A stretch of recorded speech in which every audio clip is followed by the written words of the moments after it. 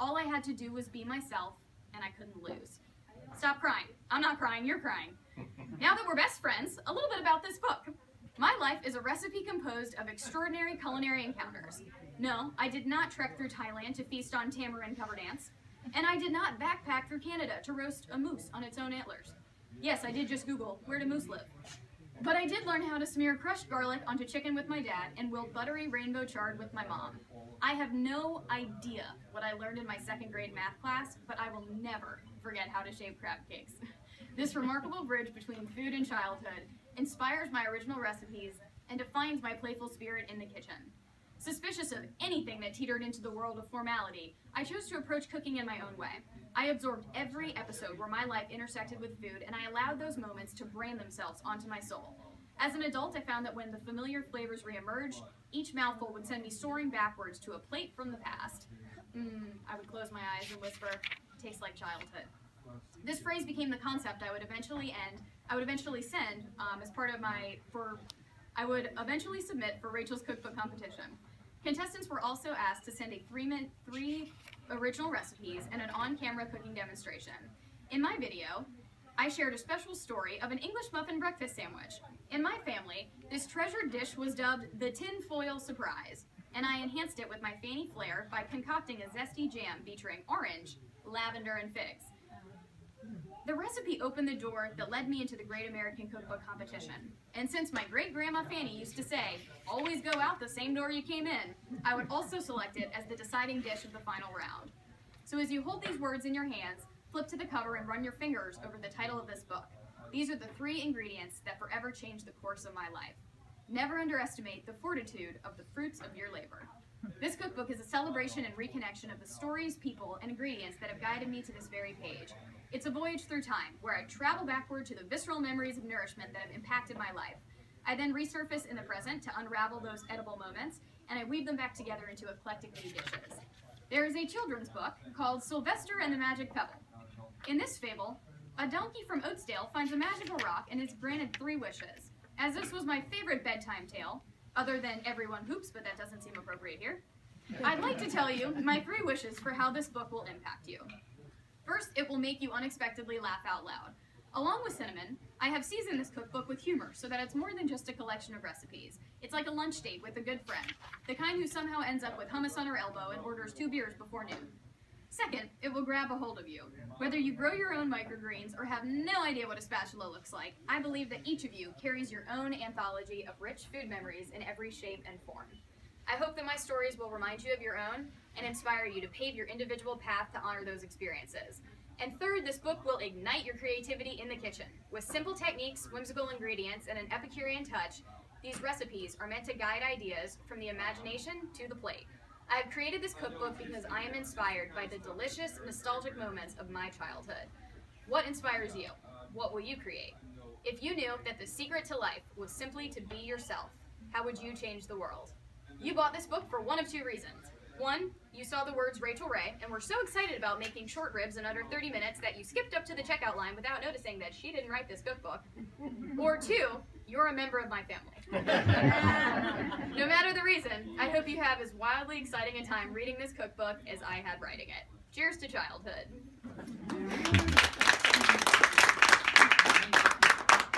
So before, I guess you guys can go up and get books, and I'll sign them. If anyone has any questions, I'm happy to answer those, or, questions can be directed at Phoebe. Or Are you getting a TV contract? That's a very good question. I will say that is the long-term goal, is a television show, for sure. So, Food Network? That's what I'm hoping for. There's Food Network, and then there's Cooking Channel as well. But there's a lot of other networks out there that also do cooking shows, and for me, I think it's going to just be about where I can find my place, what the network is looking for. Been very lucky to be connected. My mentor in Wilmington she used to run the Food Network, so she has been very instrumental in connecting me with people, and the history of the Food Network was really forever changed by her. And now, they're actually not doing so great right now, and so I think they're actually about to have a big shift, and I think that could be a great thing for me. They might be bringing in some younger talent, and I hope that I'm part of that roster, but I'm just going to keep doing my own thing until, Food Network comes knocking. Dad. What impact did Britney Spears have on your cooking style? Definitely everything that has to do with asparagus. Spears. You're cute. Very cute. When did you know you wanted to be, or I know you said you were interested in cooking, you have a cooking family. Sure. When did you go to college to study food? I really didn't, you know. I mean, I will say from the time that I was little, I remember being in the kitchen with my dad, standing at the stove, and you know, one of the reasons I think Rachel and I relate to each other so much is she loves talking about, you know, get your kids in the kitchen and really kind of show them what it's like to build their own dinner. And those are so many of my memories is when my dad would make dinner, you know, he would show me, okay, we're going to season the mashed potatoes, so I want you to be the one that puts in the salt and the dill and the sour cream, and you taste it as you go and you'll figure that out. So those things really stuck with me.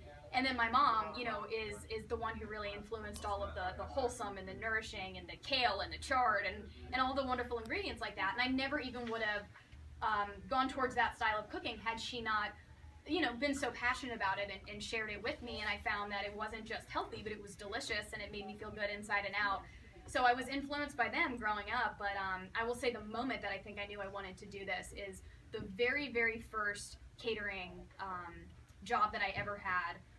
When I was actually in California, it was a very informal thing. I was working in an office. They knew I cooked. They were doing a big event, and they said, all right, well, why don't we have you make the dinner or make the lunch for everybody the next day. And I thought, all right, that sounds great. I had no idea what I was doing. It was, you know, I didn't do any of the planning like I would now. I didn't go grocery shopping till 7 o'clock at night. I was up till 4 in the morning making homemade tzatziki. There's like, you know, herbs flying all around my kitchen. It was just an absolute, it was chaos. But I did it. I completed everything on time, you know, 2 hours of sleep. I drove the food to the event. I set it all up. And I remember as everyone started coming into the room, I just held my breath as all these people sat down to eat because I realized that it was the first time in my whole life that I had ever cooked for a room full of people that were not my family. And so to see strangers take a bite of my food for the first time was nerve-wracking, but the moment that I saw everyone kind of collectively go and smile and look around at each other, I thought, wow, this feeling that I have right now, this is what I want to do. So do you plan on taking a culinary class? I mean, or do you just kind of wing it? Winging it has been pretty fun so far. I think what I'd like to do is, for the things that I feel that maybe I missed out on as far as very basic techniques go, those are things I'd love to go to a local cooking class or maybe work with a culinary school and sit in on a few classes. But you know, I've kind of enjoyed building my repertoire my own way. And I think that there's so many opportunities out there and so many different ways you can learn how to do things without actually having to go through the formal training. So I have such respect for culinary school, but for me it just didn't seem like the right path. So I don't see myself ever going, but certainly maybe taking some classes to kind of hone in on some of those skills for sure. And can I ask, what was the grand prize for winning this Rachel Ray contest? The grand prize was it was a culinary trip to Mexico. There was a few parts of it. So it was a culinary themed trip to Mexico, which my boyfriend and I took for, I think it was 4 days, something like that, which was really fun. I won a lot of Rachel's cookware. And the big grand prize was a cookbook contract under Rachel Ray Books. So Simon & Schuster is the publisher, and then the imprint under them is called Atria, and then Rachel Ray Books is Rachel's specific imprint. So I'm the third author as part of Rachel Ray Books. And this is, you know, for a first-time author, I'm so lucky to have these opportunities because it's really difficult to get your name out there, but I was, you know, promised an opportunity to be on her show again to promote the book, which I was just on last week, and an opportunity to be in her magazine. So it came with a lot of great promotional support. But you know, the whole cookbook was really up to me, so I had to kind of drive that myself. So be honest, do you ever order a pizza? All the time. All the time. I make her ramen noodles once a week. Yeah. That's what's funny about my cooking too is I have such an appreciation for all different types of food. The type of food that I like to make is the type of food that I grew up with. So it's very, very much based on everything from scratch. Fresh herbs, fresh citrus, you know, color and flavor, a technique of how you sear something and then finish it in the oven. That's how I like to cook. But I mean, there are sometimes like when we'll come home on a Friday night, I'm like, Tony, throw a Hot Pocket in. That's what I'm in the mood for right now. So, you know, I have no, I'm not a pretentious eater by any means. We definitely like to eat a variety of different things. And I wrote a cookbook, but I'll admit, I call my dad once a week and say, Dad, how do I boil an egg? When you came back from California, what were you doing before all this? You were in the catering business? I started to do catering, yeah. On your own? I'm sorry? On your own? On my own, yeah. Just a very small catering business, just me. And I really wanted to find a way to share my food with people, but that wasn't as big of a commitment as a restaurant because I didn't want to have a space.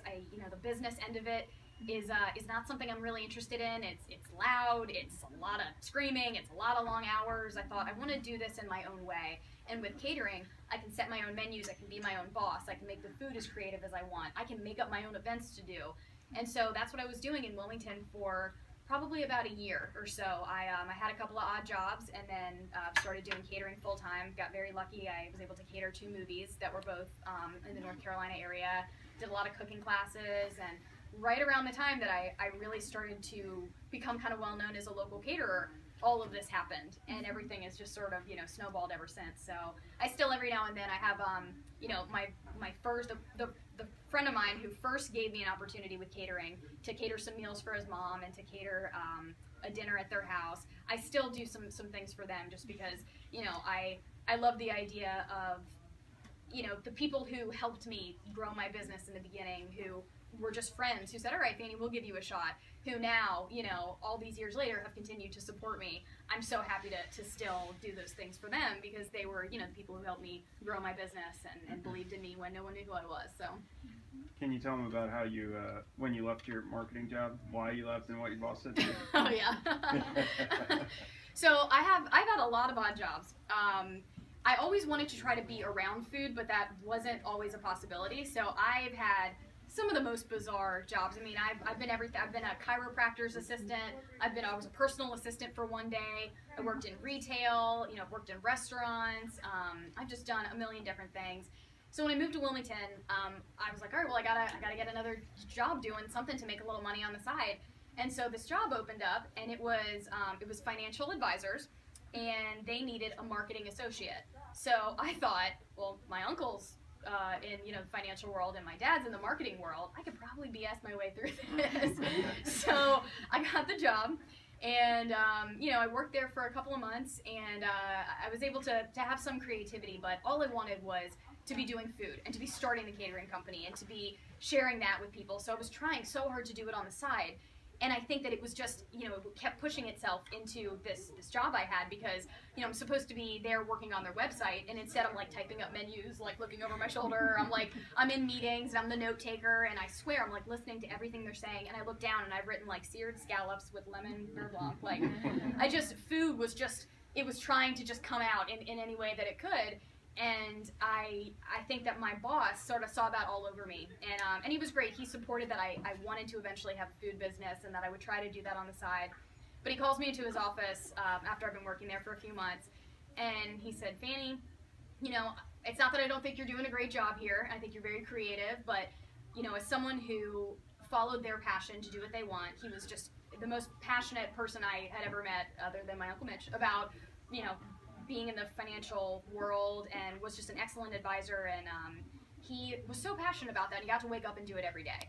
So he said to me, you know, as someone who lives their dream every day and works their job, that's their passion, you know, I think that you should be out there in the world living your passion as well and doing that full time for your job. So I really think that you should get out there, start your catering company. You know, I feel like we're trying to fit a square peg into a round hole. That's what he said. And I thought in that moment I could either use my acting skills and try to convince him that I was like the best marketing associate there ever was, or I could agree with him and I could go out there into the world and I could say, let's do this food thing for real, let's do it full time. And so I said, you know what, I think you're right.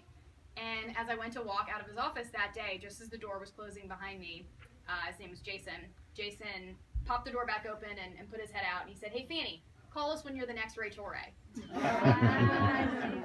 He was one of the first to reach out to me when all of this came about. He said, I don't know if you remember that wonderful day that we said goodbye to each other, but this is what I said to you when you left, and looks like it's starting to come true.